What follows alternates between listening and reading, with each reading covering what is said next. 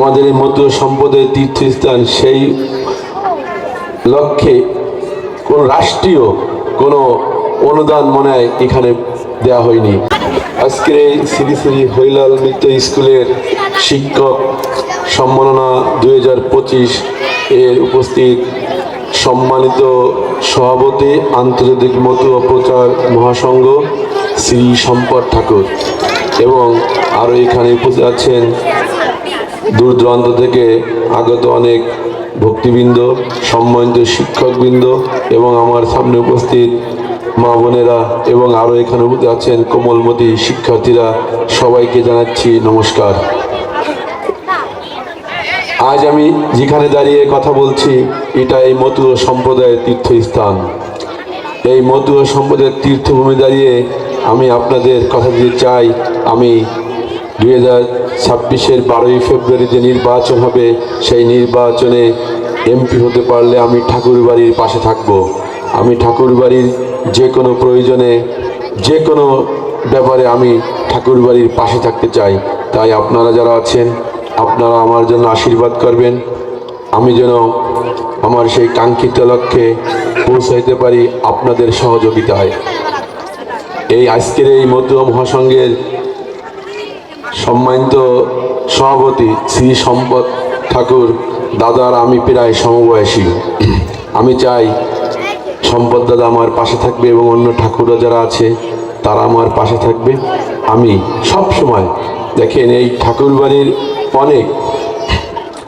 অনেক কিছু আজ দেখে মনে হয় যে অনেক কিছু এখানে করা হয়নি। আজ আপনারা যারা ভক্তবৃন্দ আসছেন, এই ঠাকুরবাড়ির আমাদের এই মধ্য সম্পদের তীর্থস্থান, সেই লক্ষ্যে কোনো রাষ্ট্রীয় কোনো অনুদান মনে হয় এখানে দেওয়া হয়নি। তা আমি যদি এমপি হতে পারি সর্বোচ্চ আমাদের রাষ্ট্রের পক্ষ থেকে যা যা করা দরকার ঠাকুরবাড়ির জন্য আমি করতে চাই। আর আপনাদের মধ্য সম্প্রদায়ের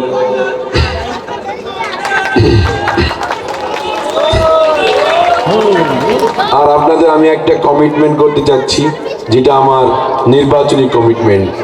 আমি এই গোপালগঞ্জ 2 আসনের প্রতিটা হিন্দু অধ্যুষিত ইউনিয়নে আমি একটা মডেল মন্দির করতে চাই। সে আমি যদি রাষ্ট্রীয়ভাবে না পারি, আমার ব্যক্তিগত উদ্যোগে হলেও আমি এমপি, আপনাদের ভোটে যদি আমি এমপি হই, আমি প্রতিটা হিন্দু অধ্যুষিত ইউনিয়নে একটা মডেল মন্দির করতে চাই। তাই আপনারা আমার জন্য আশীর্বাদ করবেন, আপনারা আমার পাশে থাকবেন। আমি মনে করি এবার যে নির্বাচনী জোট হচ্ছে, সেই জোট হচ্ছিল 2টা। একটা স্বাধীনতা পক্ষের জোট, যেই জোটে আপনাদের মতুয়া সম্প্রদায় আমাদের জোটের সাথে অন্তর্ভুক্ত। আপনারা জানেন বাগেরহাট 1 এবং বাগেরহাট 4 আপনাদের মতুয়া বহু বিভাজন যে একটা ঐক্য পরিষদ হয়েছে, সেই ঐক্যের প্রার্থী হিসাবে 2 জনকে নমিনেশন দিয়েছে। তাই আপনারা যে যেখানে আছেন, আপনারা যে যে আসনে আছেন, সেই সবাই আপনারা সেই আসন থেকে আপনারা ধানের শীষের পক্ষে থাকবেন, ধানের শীষের প্রার্থীর জন্য কাজ করবেন। এবার আর একটা বিপক্ষে জোট হচ্ছে আমাদের সাম্প্রদায়িক জোট। এই সাম্প্রদায়িক জোটকে আপনারা না বলবেন, কারণ বাংলাদেশ একটা অসাম্প্রদায়িক দেশ।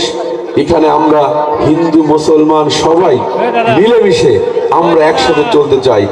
আর গোপালগঞ্জ 2 আসনে যারা আছেন তাদের যে কোনো ব্যাপারে যে কোনো বিপদ আপদে আমি তাদের পাশে থাকতে চাই। তাদের ধর্মীয় নিরাপত্তা, জীবনের নিরাপত্তা, যে কোনো কিছু দেওয়ার জন্য চারিদিক পরিবার তাদের পিছনে ঐক্যবদ্ধ। তাই আপনারা সবাই আমার জন্য আশীর্বাদ করবেন, আপনারা আমার পাশে থাকবেন। আমরা একসাথে কাঁধে কাঁধ মিলিয়ে এগিয়ে যেতে চাই। আমাদের ভারপ্রাপ্ত চেয়ারম্যান জনাব তারেক রহমান একটা কথা বলছেন, বাংলাদেশের সংখ্যালঘু বলে কোনো শব্দ নেই। আমরা সবাই বাংলাদেশি, আমরা কাঁধে কাঁধ মিলিয়ে এদেশের জন্য কাজ করব। উনি বলেছেন রেইনবো নেশন গঠন করবে।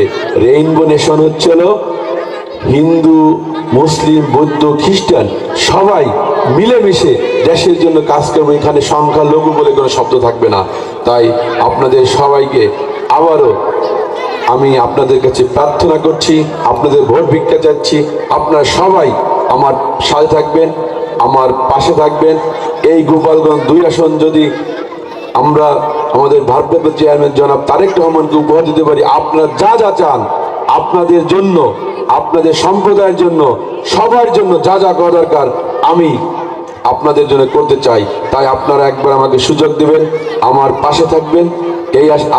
আর আমাদের বিএনপির চেয়ারপারসন, আমাদের গণতন্ত্রের মা বেগম খালেদা জিয়া কয়েকদিন আগে ইন্তেকাল করেছে, আপনারা সবাই তার জন্য প্রার্থনা করবেন। এই আশাবাদ ব্যক্ত করে সবাইকে ধন্যবাদ জানিয়ে আমি আমার বক্তব্য শেষ করছি। আপনারা সবাই ভালো থাকবেন। বাংলাদেশ জিন্দাবাদ।